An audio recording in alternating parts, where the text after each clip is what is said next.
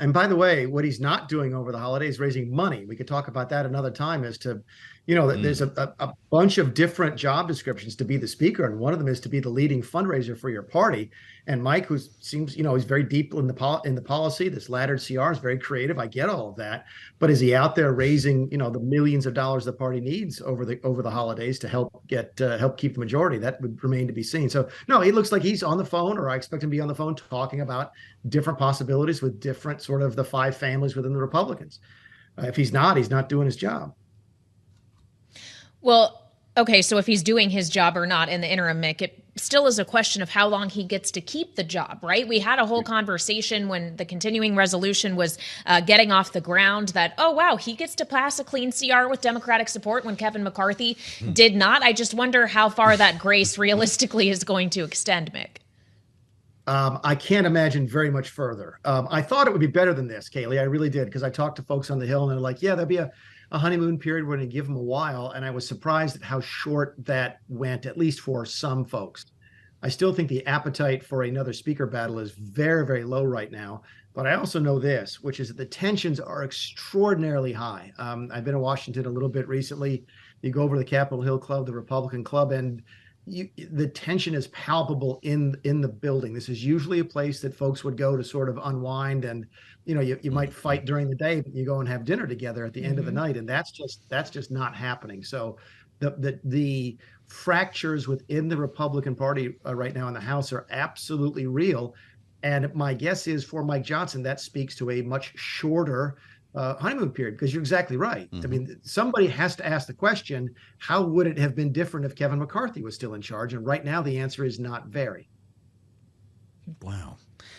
I can only imagine the stuff you hear at the Capitol Hill Club. What are the factions at this point? Mick, we like to talk about the fact that you're co-founder of the Freedom Caucus and that you have a sense of, I guess, the pulse in that group, but that's not even a single group anymore. Has this come down to individual lawmakers in their positions against the speaker? Yeah, there's a lot of that. And that, by the way, both parties struggle with that. There's a longer discussion to be had about misaligned incentives and what sort of people run for office now. And do people actually go to Washington to be lawmakers and legislators, or do they go to Washington to become famous in social media sort of, fantastics? There's a lot of individuality out there right now. You got a lot of individuals playing what is traditionally a team sport, especially in the House. And it is having a negative effect. I count at least four groups. You've got the Freedom Caucus folks. Then you've got the folks who are further out on the right in the Freedom Caucus, or the anarchist wing. That's the Matt Gaetz wing of the party. You've got the more traditional conservatives in the Republican Study Committee. You've got this Main Street folks who are sort of the centrist. And then you've got the appropriators, which is an entirely different group. So Mike Johnson's got a lot of different interests to balance. And he doesn't have a lot of experience with that, and he doesn't have a lot of goodwill built up. Now, that being said, he doesn't have a lot of negative will either. There's folks who say that Kevin lied to them, and they're not saying that about Mike. But Kevin also had 2 decades worth of goodwill built up that Mike's not had a chance to do yet.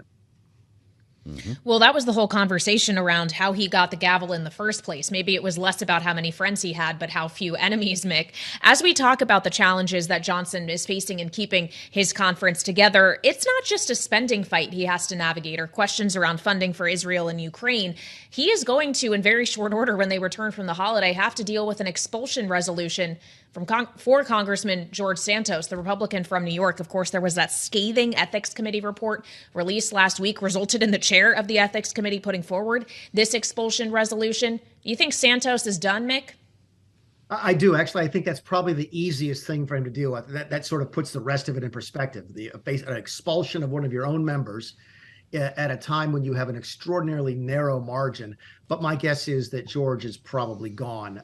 There's especially now in light of the ethics committee findings and so forth, he'll be gone, and that may, at least for a short period of time, takes the margin down by another seat. No, I thought you were going to go, Kaylee, to the impeachment issues and the other investigations and so forth as to whether or not that's not a spending issue. It's not a government shutdown issue, but it's something they're going to have to deal with, because there are going to be swing members, centrist members of Mike Johnson's party who don't want to deal with that, because I think it's a negative in their races. So that's going to be another battle he's got to face beyond just spending. But I think Santos is the low-hanging fruit. By the way, I think it speaks volumes to either party when they are willing to hold their own accountable. I have a great deal of respect for some of the Democrats in the Senate, what they've said about Bob Menendez. And I have a great deal of respect for a lot of the Republicans who have come out against George Santos in light now of this ethics finding. So my guess is, in a strange, bizarre kind of way, that's going to be the easiest thing that Mike Johnson has to deal with over Christmas and Thanksgiving.